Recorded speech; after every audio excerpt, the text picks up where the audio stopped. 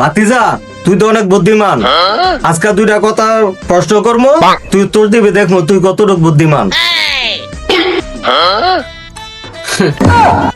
আরে কাকা, আপনি আমার বুদ্ধির ব্যাপারে কিছুই জানেন না।